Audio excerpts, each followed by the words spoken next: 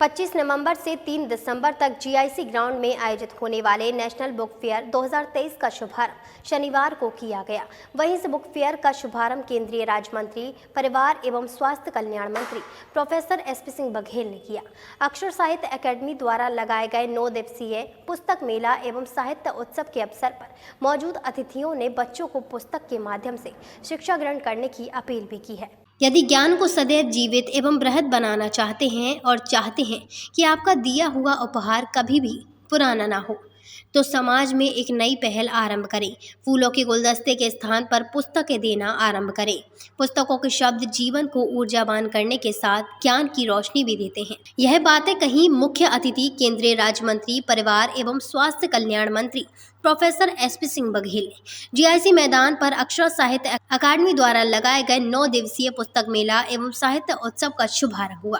केंद्रीय राज्य मंत्री प्रोफेसर एसपी सिंह बघेल के साथ मधु बघेल, डॉक्टर रंजना बंसल, महंत योगेशपुरी, नजीर अहमद, डॉक्टर संजीव और प्रोफेसर लवकुश मिश्रा ने दीप प्रज्वलित कर किया। राष्ट्रीय कोषाध्यक्ष श्रुति सिन्हा ने सभी अतिथियों का परिचय दिया। राष्ट्रीय अध्यक्ष डॉक्टर विनोद महेश्वरी, उपाध्यक्ष वत्सला प्रभाकर, सह सचिव कैप्टन शीला बहल, श्वेता अग्निहोत्री ने सभी का स्वागत किया। जोन मिल्टन पब्लिक स्कूल के बच्चों ने गणेश वंदना की मनमोहक प्रस्तुति दी। प्रोफेसर एसपी सिंह बघेल ने कहा कि जीवन में बाबा साहब अम्बेडकर के 3 सूत्र सदैव स्मरण रखें। शिक्षित बनो, संगठित रहो और संघर्ष करो। आप कभी भी हारेंगे नहीं। उन्होंने उपहारों में पुस्तक और पुस्तकें देने की पहल आरम्भ करने की बात कही। बहुत सौभाग्य की बात है कि आज आगरा में राष्ट्रीय पुस्तक मेला का आयोजन किया गया, जिसमें विभिन्न प्रकाशनों ने अपने यहाँ स्टॉल लगाए हैं, जिसमें देश और विदेश के प्रतिष्ठित लेखक कवियों की रचनाएं यहाँ पर हैं, जो हमारे द्वापर काल की रचना है या त्रेता काल की रचना है या बिफोर क्राइस्ट की है, से लेकर मॉडर्न जो अभी महीने 2 महीने पहले प्रकाशित हुई है।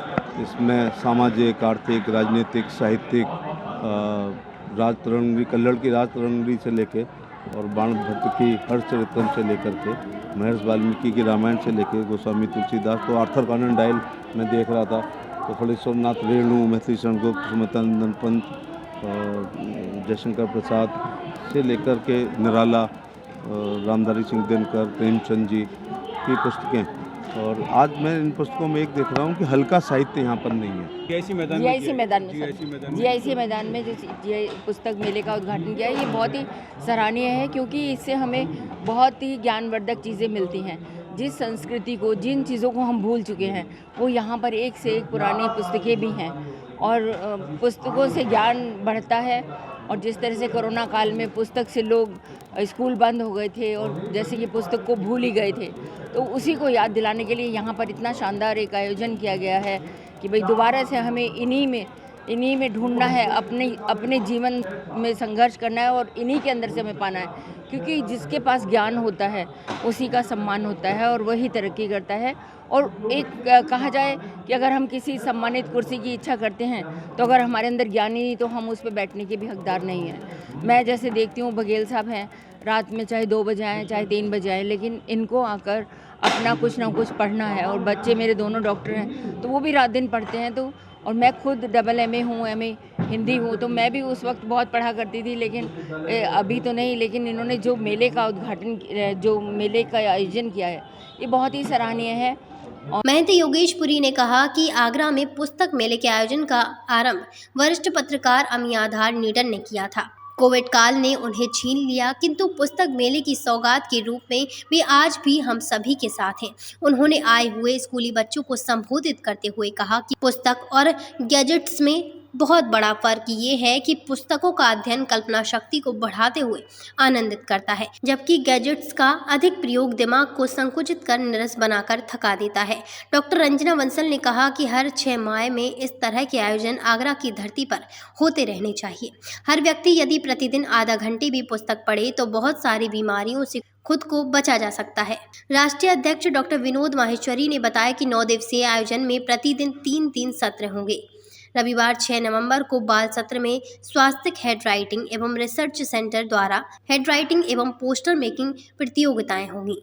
द्वितीय सत्र में प्रकृति और पर्यावरण पर परिचर्चा एवं तृतीय सत्र में माधुर्य साहित्य सांस्कृतिक संस्था की प्रस्तुति होगी।